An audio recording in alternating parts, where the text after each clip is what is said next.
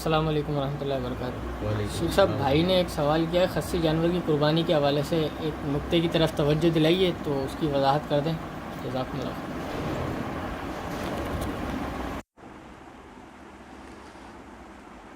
ہمارے قابل احترام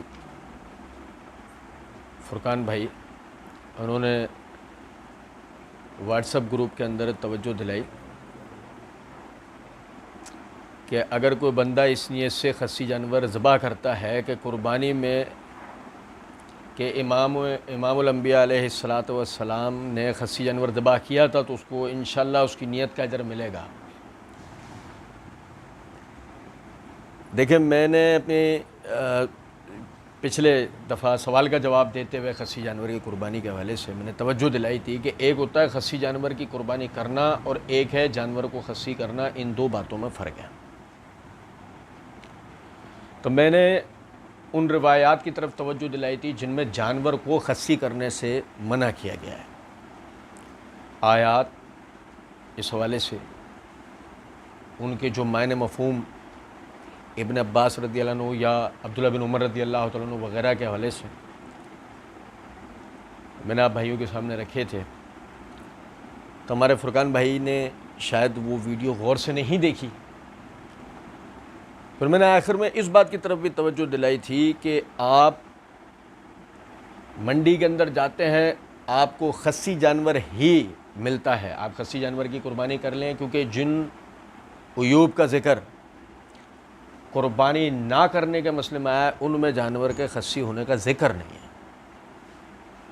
تو اگر آپ قربانی کر لیتے ہیں، مطلب یعنی کہ آپ منڈی کے آپ کو ملتے ہیں خصی جانور ہے تو آپ قربانی کر رہے ہیں تو کوئی حرج نہیں، لیکن خصوصیت کے ساتھ خصی جانور کی قربانی کرنا، یہ جو نا خصی جانور کی قربانی کو پروموٹ کرواتا ہے، یعنی کہ اس کو ترغیب دلواتا ہے کہ جانوروں کو خصی کیا جائے۔ میں نے توجہ دلائی تھی کہ ہمارے ہاں خصی جانور کی قربانی کو باقاعدہ ایک فقہ میں افضل کہا گیا ہے، اور اس افضلیت کی تشہیر اتنی زیادہ ہو گئی ہے کہ ہر بندہ جو ہے وہ خصی جانور کی قربانی کے پیچھے جاتا ہے، اور قرآن کی آیات اور احادیث جن میں جانوروں کو خصی کرنے سے منع کیا گیا وہ اس کو مخالف ہو جاتا ہے۔ اچھا، فرقان بھائی نے جو توجہ دلائی کہ کوئی بندہ اس نیت سے خصی جانور ذبح کرتا ہے قربانی میں کہ امام الانبیاء علیہ السلام نے خصی جانور ذبح کیا تھا تو اس کو انشاءاللہ اس کی نیت کا اجر ملے گا۔ دیکھیں، بات بالکل صحیح ہے کہ اس کو اس کی نیت کا اجر ملے گا، لیکن یہ ایک نقطہ سمجھنے کا ہے کہ یہی تو وہ توجہ دلانا ہے۔ جب آپ نے یہ کہہ دیا کہ اس آدمی کو اس کی نیت کا اجر ملے گا کہ اس کی نیت یہ ہے کہ رسول اللہ صلی اللہ علیہ وسلم نے کیا ہے نا، میں بھی خصی جانور کی قربانی کروں، آپ نے اس کو توجہ دلا دی نا ایک طرح سے، اب وہ بھی جو ہے وہ خصی جانور کے پیچھے ہی جائے گا۔ کیا روایات میں یہ ذکر نہیں ہے کہ رسول اللہ صلی اللہ علیہ وسلم نے غیر خصی جانور کی بھی قربانی کی ہے؟ ظاہر ہے آپ کہیں گے جی ہاں بالکل ہے۔ تو خصی جانور کی قربانی کی بات کیوں کی جائے، سوچیں، چلیں۔ پھر بھائی نے آگے یہ کہا کہ باقی یہ صاحب جو کہہ رہے ہیں کہ ابو عیاش اس حدیث کی سند میں ضعیف ہے، ہم نے ایک اور سند پیش کی ہے، یہ حدیث مسند احمد میں بھی ہے، سنن ابن ماجہ میں بھی ہے۔ سنن ابن ماجہ کی سند میں یہ راوی نہیں ہے اور وہ سند دوسری، اور حدیث کی سند بالکل صحیح ہے۔ اچھا، اب ایک نقطہ غور طلب ہے، باقی یہ صاحب سے مراد میں ہوں۔ تو وہ جو بھائی نے کہا کہ ابو عیاش اس حدیث کی سند میں ضعیف ہے، میں نے ایسا نہیں کہا کہ ابو عیاش المعافری اس سند میں ضعیف ہے۔ میں نے حافظ ابن حجر رحمۃ اللہ علیہ کے حوالے سے بتایا تھا کہ یہ راوی مجہول ہے، اور میں نے کہا تھا کہ مجہول ضعیف راوی ہوتا ہے۔ بہرحال پھر بھائی نے کہا کہ ہم نے ایک اور سند پیش کی ہے، وہ حدیث مسند احمد میں بھی ہے، سنن ابن ماجہ میں بھی ہے۔ سنن ابن ماجہ کی سند میں یہ راوی نہیں ہے اور وہ سند دوسری، اور حدیث کی سند بالکل صحیح ہے، حدیث کی سند بالکل صحیح ہے۔ اچھا، اب یہ نقطہ غور طلب ہے کہ یہ سنن ابن ماجہ ہے جو بھائی نے توجہ دلائی، اس کا کتاب الاضاحی، باب اضاحی رسول اللہ صلی اللہ علیہ وسلم، حدیث نمبر 3122۔ بھائی نے ہمارے جو حدیث واٹس ایپ گروپ میں لکھ کر بھی بھیجیے وہ حدیث جو سنن ابن ماجہ اور جس کے لیے کہہ رہے ہیں کہ مسند احمد کا لفظ اور سند بالکل صحیح ہے. حدیث یہ حدثنا محمد بن یحییٰ حدثنا عبد الرزاق انبانا سفیان الثوری عن عبد اللہ بن محمد ابن عقیل عن ابی سلمہ عن عائشہ وعن ابی ہریرہ ان رسول اللہ صلی اللہ علیہ وسلم. یہ سند. اچھا یہ دیکھیں کہ پھر انہوں نے کہا کہ یہ ابن ماجہ کے اندر بھی ہے. سمجھے گا ذرا بات کو. یہ میرے ہاتھ سند میں ایک چیز سب سے پہلے جو سمجھنے کی ہے وہ عبداللہ بن محمد بن عقیل ہے. ٹھیک ہے, یہ میرے ہاتھ میں تقریب التہذیب ہے, اس کی جلد نمبر 1 اور اس کا صفحہ نمبر ہے 312, ترجمہ نمبر ہے 3687. حافظ بن حجر رحمۃ اللہ علیہ لکھتے ہیں عبداللہ بن محمد بن عقیل بن ابی طالب الہاشمی ابو محمد المدنی امہ زینب بنت علی صدوق فی حدیث ہی لین ویقال تغیر بآخر. وہ کہتے ہیں کہ عبداللہ بن محمد بن عقیل بن ابی طالب الہاشمی جن کی والدہ زینب بنت علی ہیں سچے ہیں لیکن ان کی حدیث میں کمزوری ہے. وہ یقال اور کہا گیا ہے تغیر بآخر, آخر ان کا حافظہ متغیر ہو گیا تھا. میں جان بوجھ کر صرف تقریب کے والے سے حافظ ابن حجر رحمۃ اللہ علیہ نے جو حکم لگایا ہے عبداللہ بن محمد بن عقیل پر میں صرف وہ پڑھ رہا ہوں. میں پھر بتا دوں جیسے کہ پہلے بھی فرقان بھائی نے جو توجہ دلائی اس میں ایک میں اصلاح کرنا چاہوں گا. ان کا بہت شکریہ, انہوں نے توجہ دلائی, لیکن انہوں نے کہا کہ میں نے کہا ہے کہ ابو عیاش ضعیف ہے. نہیں, میرے کہنے سے کوئی راوی نہ ضعیف ہوگا نہ ثقہ ہوگا نہ صدوق ہوگا, یہ محدثین کی گواہیاں ہیں. ٹھیک ہے, عبداللہ بن محمد بن عقیل کے حوالے سے جو حافظ بن حجر رحمۃ اللہ علیہ نے حکم لگایا ہے صرف میں مختصراً تاکہ ویڈیو کا دورانیہ کم ہو جائے اور بھائی کو تحقیق کا نقطہ مل جائے, بس انہوں نے کہا کہ ان کے حدیث میں کمزوری ہے اور وجہ آخر عمر میں ان کا حافظہ متغیر ہو گیا تھا. ٹھیک, اب آپ سمجھے ذرا اس نقطے کو کہ ہمارے بھائی نے کہا کہ یہ مسند احمد کے اندر بھی ہے اور سند بالکل صحیح ہے. اچھا, مسند احمد ہی کو دیکھنے سے اندازہ ہو جاتا ہے کہ عبداللہ بن محمد بن عقیل کے حافظے کا بگاڑ یہاں کیا ہوا ہے. ہمارے بھائی نے جو سند کی طرف توجہ دلائی تھی وہ تو وہی ہے جو سنن ابن ماجہ کے حوالے سے. اچھا, اس کو ہمارے پاس یہ مسند احمد جلد نمبر 11 کے صفحہ نمبر 499 حدیث نمبر 36367 میں ہے. حدثنا اسحاق بن یوسف قال انا سفیان عن عبداللہ بن محمد بن عقیل عن ابی سلمہ عن ابی ہریرہ ان عائشہ قالت. یہ سند وہی ابن ماجہ. اچھا, لیکن اب آپ اسے دیکھیں کہ یہی مسند احمد یہی جلد 11 اور صفحہ نمبر ہے 284 285 اور حدیث نمبر ہے 25560. سند کیا ہے؟ حدثنا وکیع حدثنا سفیان عن عبداللہ بن محمد بن عقیل عن ابی سلمہ عن عائشہ او ابی ہریرہ. یعنی عبداللہ بن محمد بن عقیل جو ہیں وہ اس روایت کو ابو سلمہ بواسطہ عائشہ یا ابو ہریرہ بیان کرتے ہیں. عبداللہ بن محمد بن عقیل اس کو بواسطہ ابو سلمہ بواسطہ عائشہ صدیقہ رضی اللہ تعالی عنہا یا سیدنا ابو ہریرہ رضی اللہ تعالی عنہ کا یا سیدنا ابو ہریرہ رضی اللہ عنہ کے حوالے سے بیان کرتے ہیں.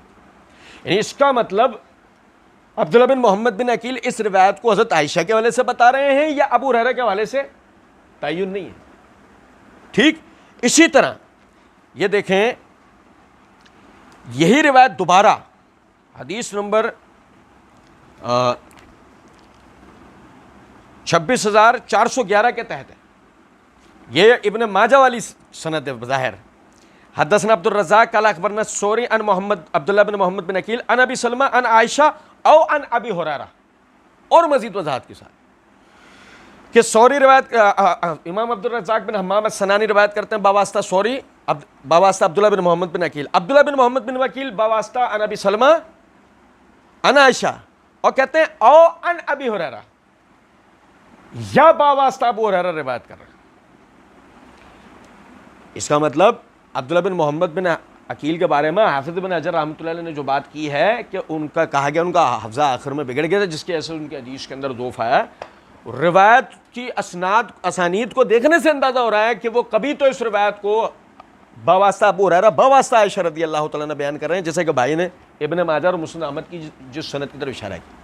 لیکن مسند احمد میں ہی دیگر جگہوں پر یہ حدیث درج ہے. دیگر سنو، سفیان ثوری روایت کر رہے ہیں عبداللہ بن محمد بن عقیل کے حوالے سے، اور سفیان ثوری رحمۃ اللہ علیہ کی سند میں یہ بات موجود ہے کہ وہ اس کو بواسطہ عائشہ یا بواسطہ ابو ہریرہ رضی اللہ عنہ بیان کرتے ہیں. تو سند میں اس اضطراب کے نتیجے میں ہم یہ کہیں کہ سند بالکل صحیح ہے، کیا یہ بات صحیح ہے؟ نہیں.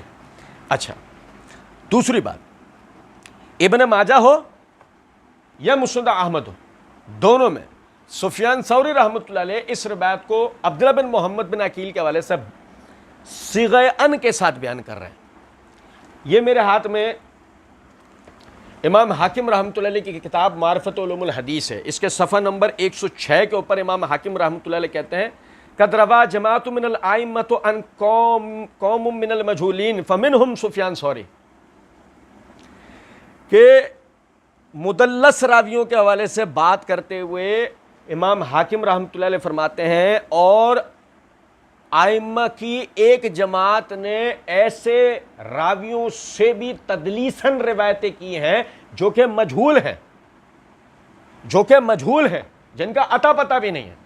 فمنہم سفیان ثوری، اور ان میں سفیان ثوری رحمۃ اللہ علیہ. اس کا مطلب سفیان ثوری رحمۃ اللہ علیہ محض یعنی تدلیس نہیں کرتے، مطلب ان کی تدلیس کے بارے میں محدثین نے یہ وضاحت بھی دے رکھی ہے کہ ضعیف اور مجہول قسم کے راویوں سے بھی تدلیس کرتے. اور ابن ماجہ کے ہمارے فرقان بھائی نے ابن ماجہ اور مسند احمد کی طرف جو توجہ دلایا اور کہا کہ سند بالکل صحیح ہے. دونوں میں سفیان ثوری رحمۃ اللہ علیہ اس روایت کو صیغہ ان کے ساتھ بیان کر رہے ہیں، اور مدلس راوی جب صیغہ ان سے روایت بیان کرتا ہے تو اس کی روایت ضعیف ہوتی ہے. یہ ایک طالب علم بھی جانتا ہے. تو پہلے جو میں نے روایت بیان کی تھی، جو مشہور جو روایت بیان کی جاتی ہے ابو داؤد کے حوالے سے، اس کی تو سند میں ایک علت تھی نا. بھائی نے ہمارے جس روایت کو بیان کیا اور کہا کہ اس کی سند بالکل صحیح ہے، اس میں دو علت ہیں، ایک بھی نہیں، دو علت ہیں. تو لہٰذا یہ سند بھی ضعیف ہے. اس کے متن پر بھی اگر بات کرنا چاہیں تو کر سکتے ہیں، اس کے متن پر بات کرنے سے بھی اندازہ ہوتا ہے کہ یہ روایت ضعیف ہے. لیکن وہی میں جیسے عرض کر رہا ہوں کہ ویڈیو کا دورانیہ بڑھ جائے گا، تو اس لیے میں اسی کے اوپر ابھی اکتفا کر لیتا ہوں. بھائی نے ہمارے یہ کہا کہ جی اگر کوئی اس نیت سے خصی جانور کی قربانی کرتا ہے تو اس کو اس کا اجر ملے گا. پھر دوسری آڈیو بھائی نے بھیجی اور اس میں کہا ہے کہ باقی یہ بات بھی ذہن میں رہے کہ ضروری نہیں کہ بندہ خصی ہی جانور کی قربانی کرے، آنڈو جانور کی قربانی بھی کر سکتا ہے، اس میں بھی کوئی حرج نہیں ہے. بہرحال کوئی اس نیت سے اگر قربانی کرتا ہے کہ وہ آپ علیہ الصلوۃ والسلام نے ایسا کیا ہے تو میں ایسا کر رہا ہوں، تو انشاءاللہ اجر سے محروم نہیں رہے گا. اب دیکھیں، میں پھر وہی توجہ دلاؤں گا کہ پہلی بات تو یہ ہے کہ جب دیکھیں مسئلہ ثابت نہیں ہے نا، اور ہم یہ دیکھ رہے ہیں کہ جانور کو خصی کرنے کے خلاف دلائل موجود ہیں. خصی جانور کی قربانی ہوگی نہیں ہوگی، بحث اس سے نہیں ہے. جانور کو خصی کرنے کے خلاف دلائل موجود ہیں، تو پھر اس کو ثواب ملے گا، یہ بات کرنا تو عجیب ہے نا. یہ تو جب کہا جا سکتا ہے کہ جب رسول اللہ صلی اللہ علیہ وسلم سے خصی جانور قربان کرنا ثابت ہو جائے، پھر یہ بات ہو سکتی ہے کہ ایک آدمی خصی جانور کی قربانی کرتا ہے تو انشاءاللہ اس کو ثواب ملے گا. اس ثواب تو ثابت شدہ عمل کے اوپر ملے گا. ایک عمل ثابت ہی نہیں ہے تو اس کے اوپر ثواب کی بحث کیسی؟ دیکھیں، یہاں میں ایک نقطے کی طرف توجہ دلاؤں گا. محدث الاثر علامہ ابو القاسم محب اللہ شاہ راشدی رحمہ اللہ علماء محدثین و علماء کے اندر بہت بڑا ان کا نام ہے، بہت بڑا مقام ہے. ایک ضعیف روایت کے اوپر تبصرہ کرتے ہوئے انہوں نے اپنے مقالات کے اندر لکھا ہے، جس کو مقالات راشدیہ جلد نمبر 4 صفحہ نمبر 466 کے اوپر درج کیا گیا ہے. وہ فرماتے ہیں کہ میں نے اس روایت سے بے تحاشا استدلال کرتے ہوئے خطیبوں اور علماء کو اپنے کانوں سے سنا ہے، اور انتہائی افسوس ہوتا ہے کہ آج کل کے علماء حدیث یعنی علماء دیگر لوگ حدیث کے علوم سے اس قدر بے پرواہ ہو گئے ہیں کہ وہ اتنی زحمت اٹھانے پر بھی تیار نہیں کہ کسی روایت کے متعلق اس سے دلیل لینے سے قبل اس کی سندن و متنن روایتن و درایتن تحقیق تو کر لیں. کہ یہ روایت صحیح بھی ہے یا نہیں اور دلیل لینے کی صلاحیت بھی رکھتی ہے یا نہیں. جب ہمارے خطباء کی حالت ہے تو پھر عوام کا پوچھنا ہی کیا. یعنی محب اللہ شاہ راشدی رحمہ اللہ نے اتنا زبردست یہ تبصرہ کیا ہے، اگر ہم اس پہ غور کریں تو دیکھیں جو مسئلہ ایک مشہور ہے یا جو ایک مسئلہ چلا آ رہا ہے، بحث اس سے نہیں ہے. میں نے اپنی پچھلی ویڈیو میں بھی اس بات کی طرف توجہ دلائی. ہمیں سمجھنا یہ چاہیے کہ خصی جانور کی قربانی کا ثبوت تک موجود نہیں ہے. چاہ جائے گا کہ ہم یہ بات کریں کہ خصی جانور کی قربانی افضل ہے یا ایک آدمی کرے گا اس نیت پہ کہ رسول اللہ صلی اللہ علیہ وسلم نے بھی کی تو اس کو اجر ملے گا، تو پہلے رسول اللہ صلی اللہ علیہ وسلم سے وہ ثابت تو ہو جائے کہ رسول اللہ صلی اللہ علیہ وسلم نے باقاعدہ خصی جانور کی قربانی کی ہے، تب تو پھر یہ افضلیت کی یا ثواب کی بحث ہو سکتی ہے. ورنہ تو پھر یہ وہی بات ہے نا کہ ہم عوام کو اس طرح کی باتیں کر کر خصی جانور کی قربانی کی طرف ہی راغب کر رہے ہیں تاکہ وہ اجر و ثواب کے پہلے وہ افضلیت کے نام پہ نہ صحیح تو اجر و ثواب کے نام پر وہ خصی جانور کی قربانی کی طرف جائے. اور جب بھائی نے ہمارے دوسرے آڈیو میں یہ بات کی کہ یہ بات بھی ذہن میں رہے کہ ضروری نہیں کہ بندہ خصی ہی جانور کی قربانی کرے، آنڈو جانور کی بھی قربانی کر سکتا ہے، اس میں بھی کوئی حرج نہیں. تو دیکھیں سمجھنے کی بات ہے کہ آنڈو جانور کی بھی قربانی کر سکتا ہے، اس میں کوئی حرج نہیں ہے.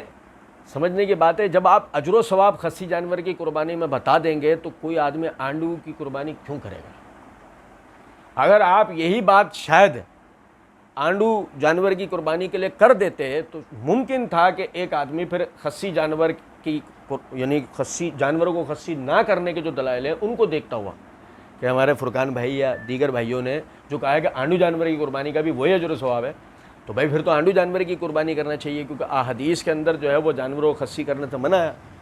تو لہٰذا میں ایک بار پھر فرقان بھائی کا شکریہ ادا کرنا چاہوں گا کہ انہوں نے جو مسعود احمد کی روایت کی طرف توجہ دلائی.